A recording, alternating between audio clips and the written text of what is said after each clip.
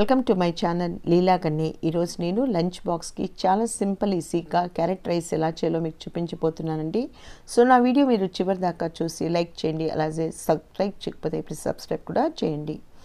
Pan తీసుకొని ఒక చెక్క, ఒక లవంగం, అలాగే శనగపప్పు, మినప్పప్పు, కొంచెం ఆవాలు, జీలకర్ర, 2 ఎండుమిర్చి వేసి దీంట్లోకి ఒక హాఫ్ ఉల్లిపాయ తీసుకొని దాన్ని కూడా ఇలా పీసెస్గా కట్ చేసుకొని, ఒక 2 మిరపకాయలు కూడా ఇలా పచ్చిమిరపకాయలు ఇలా కట్ చేసుకొని ఇలా వేయించుకోవాలండి. ఫస్ట్ వేయించుకున్నాక దీంట్లోకి కొంచెం కరివేపాకు వేసుకోవాలి. కరివేపాకు కూడా వేగాక బాగా పెద్దగా తురుముకున్న ఇలా క్యారెట్ వేసుకోవాలి. క్యారెట్ కొంచెం పెద్దగా తురుముకోవాలి, గ్రేట్ చేసుకోవాలండి. ఇలా గ్రేట్ చేసుకున్న ఈ క్యారెట్ని కొంచెం పచ్చివాసన పోయేదాకా మనం ఇలా ఫ్రై చేసుకోవాలి.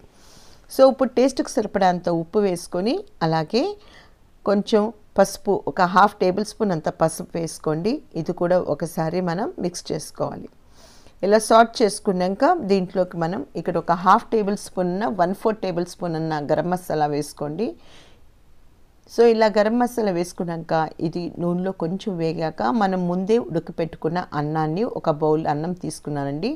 మీరు కావాలంటే నైట్ రైస్ తీసుకొని దాన్ని కూడా ఇలా చేసుకోవచ్చు. లేకపోతే మార్నింగ్ రైస్ చేసింది ఈవినింగ్ లేకపోతే కర్రీస్ లేకపోతే అది కూడా మనం ఇలా క్యారెట్ రైస్ చాలా ఈజీగా కేవలం 10 నిమిషాల్లోనే చేసుకోవచ్చు. నిమ్మకాయ పిండుకోవాలి, ఇది ఆప్షన్ అండి. మీరు కావాలంటే పిండుకోవచ్చు, లేకపోతే లేదు. క్యారెట్ కొంచెం తీగ ఉంటుంది కాబట్టి తీపి పులుపు చాలా టేస్టీగా ఉంటుంది. సో ఇలా మనమంతా పైన కొత్తిమీర కొంచెం చల్లుకొని ఇప్పుడు మనం ఒకసారి మిక్స్ చేసుకొని సర్వ్ చేసుకోవాలండి. అంతేనండి, చాలా ఈజీగా 10 నిమిషాల్లోనే టేస్టీ క్యారెట్ రైస్ అయిపోతుంది. మీరు క్యారెట్ కావాలంటే ఇంకా కొంచెం వేసుకోవచ్చు,